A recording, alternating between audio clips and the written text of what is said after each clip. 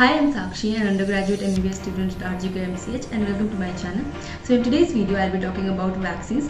What are the different methods by which the vaccines are being created? Some doubts, queries, misinformations and misconceptions regarding vaccines which are being spreading right now. Then I'll be talking about the most recent nasal and the oral vaccines which are getting developed and how do they work, what are their efficacy levels. And finally, I'll be talking about one of the recent drug which is added by DRDO for COVID treatment.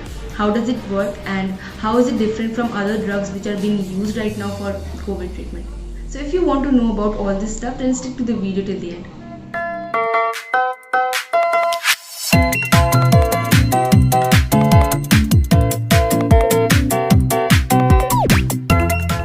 तो हमारे जो immune system के sales है वो एक unique property show करते हैं which is memory, और इसी प्रॉपर्टी को यूटिलाइज करके वैक्सीन बनाए जाते हैं। सो बेसिकली कोई पैथोजन अगर आपके बॉडी में एंटर करता है तो उसके अगेंस्ट एंटीबॉडीज़ क्रिएट होती हैं एंड साथ में मेमोरी सेल्स क्रिएट होती हैं।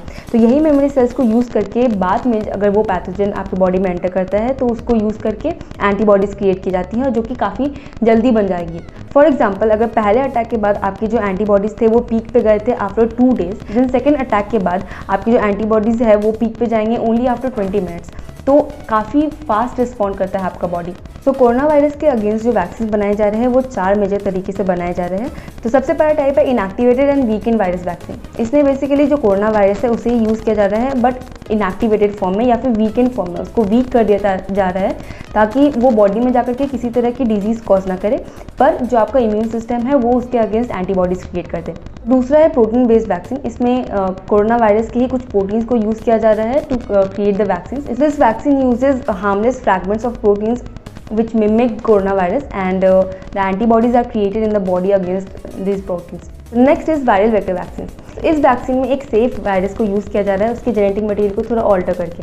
तो कोरोना वायरस के जीन का एक पार्ट इस वायरस के जेनेटिक मटेरियल के साथ इंटीग्रेट कर दिया जा रहा है ताकि जब ये वायरस बॉडी में जाए तो वो कोरोना वायरस के कुछ प्रोटीन्स प्रोड्यूस करे, जो प्रोटीन्स आपके बॉडी में किसी तरह का डिजीज़ कॉज नहीं करेंगे बट इसके अगेंस्ट एंटीबॉडीज़ फॉर्म हो जाएंगे। काफ़ी सारे वैक्सीन इस तरह से बनाए जा रहे हैं, जैसे कोविशील्ड इस तरह से ही बनाया गया है। उसमें एडिनो वायरस को यूज़ किया गया है। एडिनो वायरस के कुछ प्रोटीन्स जो है वो काफ़ी तरह सिमिलर है कोरोना वायरस के प्रोटीन से, और बेसिकली उनके जेनेटिक मटेरियल का वो पार्ट रिमूव कर दिया गया है जिसके कारण वो बॉडी में जाकर के रेप्लिकेट करते हैं। तो ये वायरस जब भी बॉडी में जाएगा तो वो रेप्लिकेट नहीं कर पाएगा और उसी जगह पे कोरोना वायरस की स्पाइक प्रोटीन प्रोड्यूसिंग जीन को ऐड कर दिया गया है ताकि जब ये वायरस बॉडी में जाए तो वो कोरोना वायरस के स्पाइक प्रोटीन्स को प्रोड्यूस करे बॉडी में, पर वो रेप्लिकेट ना कर पाए, और ये जब स्पाइक प्रोटीन्स प्रोड्यूस होंगे उसके अगेंस्ट एंटीबॉडीज फॉर्म होंगे हमारे बॉडी में।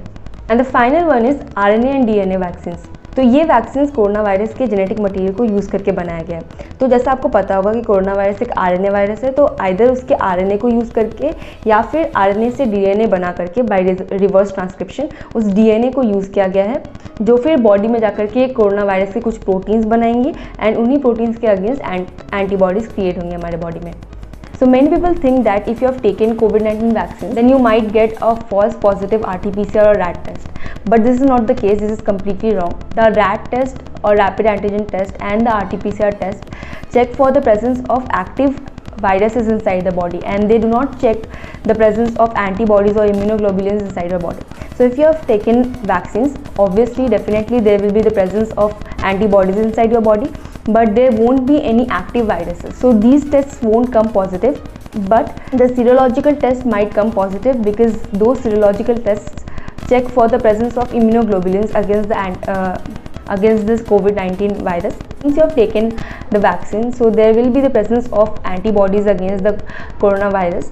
So the serological test might come positive, but any of the commonly done tests like RT-PCR or RAT won't come positive if you have taken vaccine. If you have contracted the disease, if you have contracted the coronavirus, then this might again come positive, but this is not going to give a false positive if you have taken vaccine. Okay, next one. So many people are wondering whether other vaccines available are also effective against COVID-19 or not.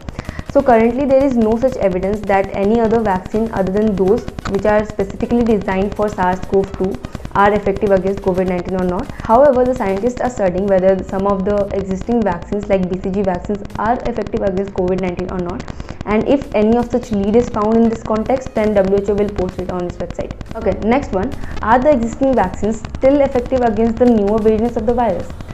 So WHO says that all of the vaccines which are still available are effective against the newer variants of virus as well, because these vaccines create a broad immune response.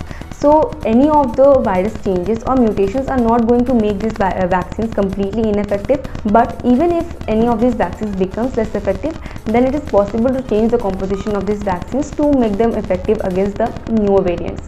So people have this notion that even after getting vaccinated, many people are getting contacted by the virus. Then what is the use of getting vaccinated? So Chicago's top doctors said that the rate of infection post-vaccination is very low, with only 0.06% of fully vaccinated people getting contacted by the virus. So in the current situation, even if you have a slightest of hope, even if you have 1% of chance of getting a better immunity, a better protection, then you should go for it. You should be open to accept it. And here, of the total people getting vaccinated, fully vaccinated, only 0.06% of people are getting contacted by the virus, which is a very small number. So you should not have any second thought for taking the vaccine.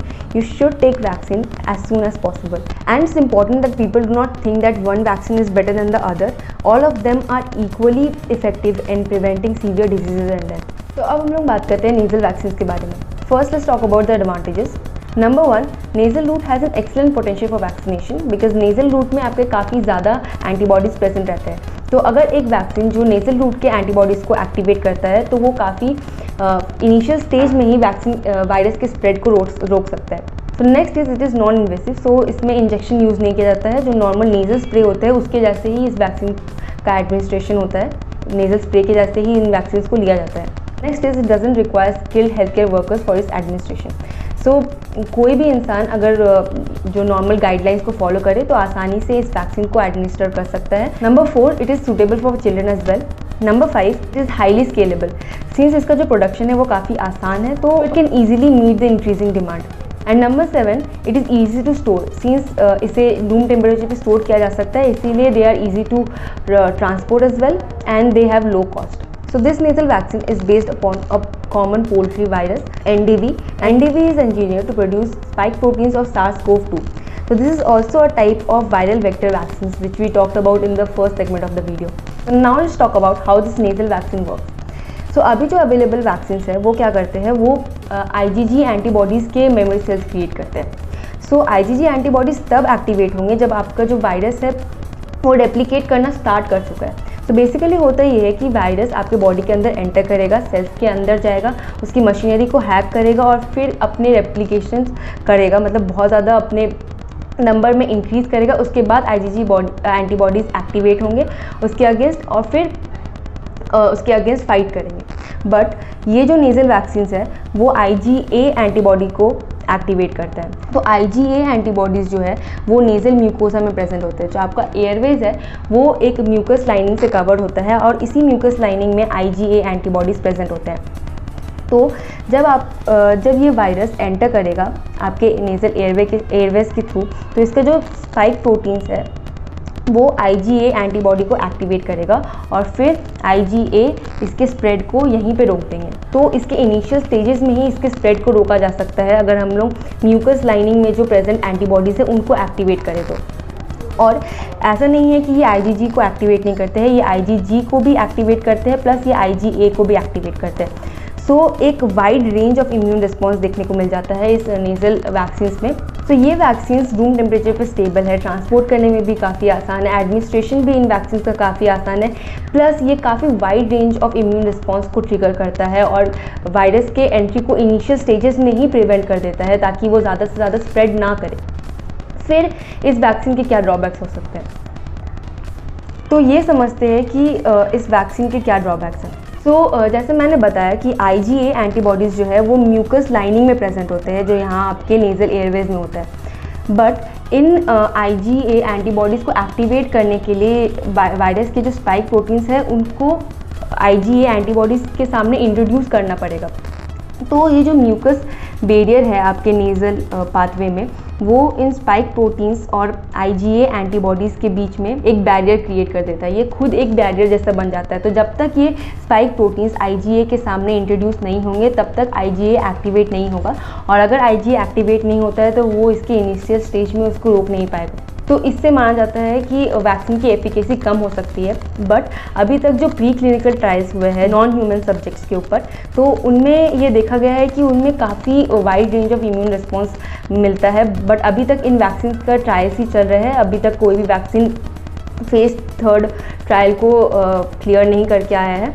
सो अभी जितने भी vaccines है वो उनके pre clinical trials हो चुके हैं और मैक्सिमम वैक्सीन्स अभी फेज़ 1 ट्रायल में है और कुछ वैक्सीन फेज़ 1 ट्रायल को क्लियर करके फेज़ 2 ट्रायल में। तो अगर आप ये जानना चाहते हो कि प्री क्लिनिकल ट्रायल्स और क्लिनिकल ट्रायल्स क्या है और क्लिनिकल ट्रायल्स के कितने फेजेस है और हर फेज़ में क्या होता है, तो आप कमेंट करके मुझे बता सकते हो। मैं इसके ऊपर एक वीडियो बना दूंगी ताकि आपको समझ में आ जाए कि ये क्लिनिकल ट्रायल्स क्या होते हैं, किन फेज़ में किस तरह की चीज़ें होती है। तो फाइनली अब हम लोग उस ड्रग के बारे में बात करते हैं जो अभी रिसेंटली मार्केट में आया है, जिसको रिसेंटली DRDO का अप्रूवल मिला है। Now let's learn about the advantages of this drug. Number 1, it works in faster recovery of hospitalised patients, and number 2, it reduces the supplementary oxygen dependence in patients.